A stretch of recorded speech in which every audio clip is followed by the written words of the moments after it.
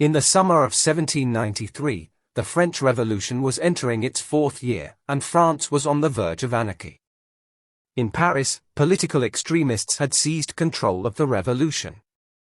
They'd guillotined the king, and imposed a reign of terror that dealt summary justice to all suspected enemies of the revolution. Hoping to unify the new republic, France's leaders had declared war on the Habsburg Empire. But the conflict quickly widened, and soon France was facing the combined might of Europe's leading powers, determined to stamp out her dangerous political experiment. Meanwhile, whole regions of France had come out in open revolt, horrified by the new extremism of the revolution. In August, the Republic suffered a further, potentially fatal, blow, when the city of Toulon joined the revolt. Toulon was France's largest and most important naval base in the south, home to a third of the entire French Navy. But now rebels welcomed their old enemy, the British Royal Navy, into the port, led by Admiral Lord Hood aboard HMS Victory. It was an extraordinary coup. Without a shot being fired, the Allies had crippled French naval power in the Mediterranean, and gained a vital toehold on the French coast. All French forces in the area were immediately diverted to face this new threat, and lay siege to the rebel port. 19,000 troops in all, but since most French officers had been aristocrats, who were now fleeing the revolution in large numbers, they were seriously short of professional leadership. Their commander, General Jean-François Cartos, was a loyal Republican, but a court painter by trade, with no military training. To make matters worse, one of his few professional officers, his artillery commander Colonel Don Martin, had been badly wounded on the approach to Toulon. Antoine Salicetti, a Corsican deputy of the National Convention in Paris, recommended as his replacement a fellow countryman, a 24-year-old artillery officer who was passing Toulon en route to the front, named Napoleon Bonaparte, or Bonaparte. Bonaparte was a professional soldier, but he'd seen almost no active service. Nevertheless, Salicetti was impressed by his manner, and most of all, his politics. Bonaparte had just written a political pamphlet, a short story about a young artillery officer, who berates his fellow diners for their disloyalty to the Republic. General Cartos thought it wise to accept Deputy Salicetti's recommendation. The great port of Toulon was well defended by city walls and a dozen outlying forts and redoubts. They were held by 2,000 British soldiers and sailors, 6,000 Spanish troops, 6,000 Neapolitans, and 800 Sardinians. Artillery would be the key to overcoming these formidable defenses. But when Bonaparte was put in command of the artillery on the 16th of September, he found himself with few cannon, not enough trained gun crews, and a shortage of gunpowder and shot. With relentless energy and determination, Bonaparte transformed the situation, requisitioning unused guns, training infantrymen to work them, setting up a new forge and workshop, and arranging transport from Marseilles of 100,000 sandbags, for constructing new batteries. Through hard work, he was ultimately able to build his force up to 64 officers and 1,500 men, manning 100 cannon, howitzers, and mortars.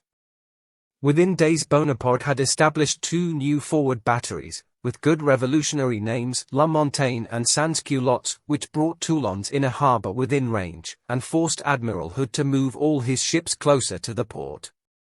Bonaparte also came up with a plan, one that would allow the French to bypass most of Toulon's defences, and secure the rapid victory the Republic so desperately needed. Bonaparte argued that if Fort El Eguillet could be captured, which looked out across the harbour, he could fill it with heavy guns, and shell the British and Spanish fleet at anchor. Admiral Hood would be forced to abandon the port, and take with him the Allied soldiers that Toulon relied on for its defence. General Cartot saw the merits of Bonaparte's plan, and on the 22nd of September, French forces attacked Montcaire. But to Bonaparte's exasperation, while he'd argued for an attack by 3,000 men, the indecisive Cartot committed only 400. Not only was the attack easily repulsed, but it alerted the Allies to the danger. Within 48 hours, they'd reinforced Montcaire with thousands more troops, and built a new fort, named Fort Mulgrave, bristling with 20 cannon. The position was now so strong the French nicknamed it Little Gibraltar. Finally, in mid-November, an experienced, professional soldier arrived to take command of French forces, General Dugommier. He saw at once that Bonaparte's plan was the only way to take Toulon, and gave it his full backing.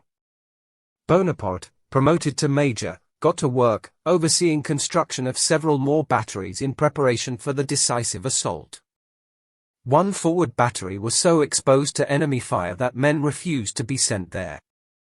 So Bonaparte renamed it La Batterie des Hommes sans peur, the battery of men without fear, and suddenly, there was no shortage of volunteers.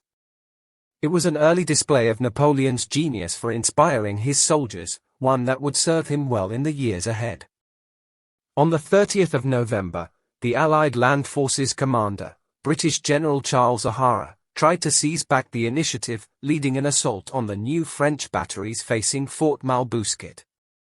At first, the attack was successful, the batteries were overrun and the French guns spiked, but a counterattack, with much greater numbers, and led in person by General Dugommier and Major Bonaparte, drove back the Allies. General O'Hara himself was shot through the hand and captured.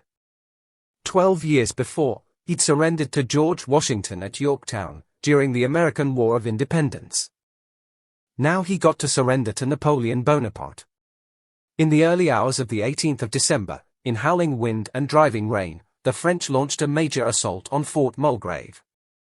The wet conditions made muskets useless, except as clubs, or with bayonets.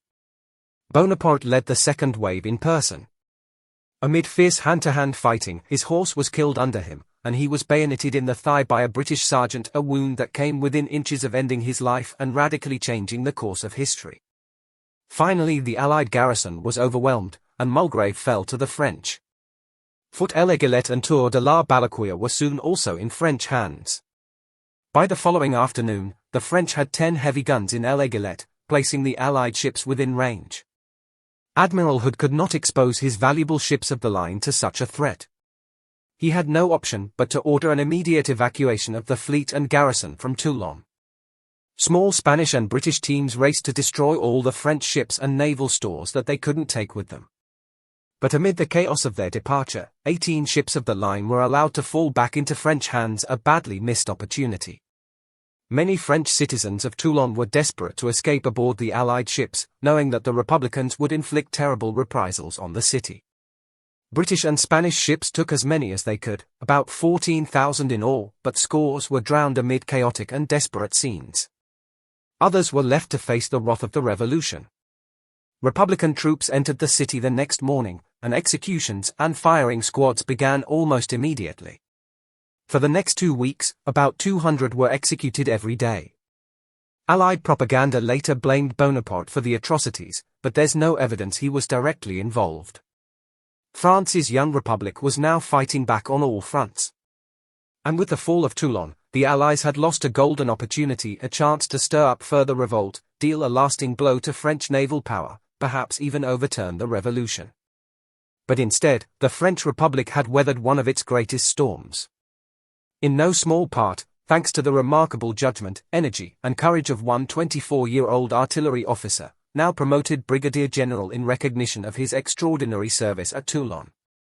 Napoleon Bonaparte had taken his first step on the path to greatness. And for Europe, 21 years of almost constant war awaited.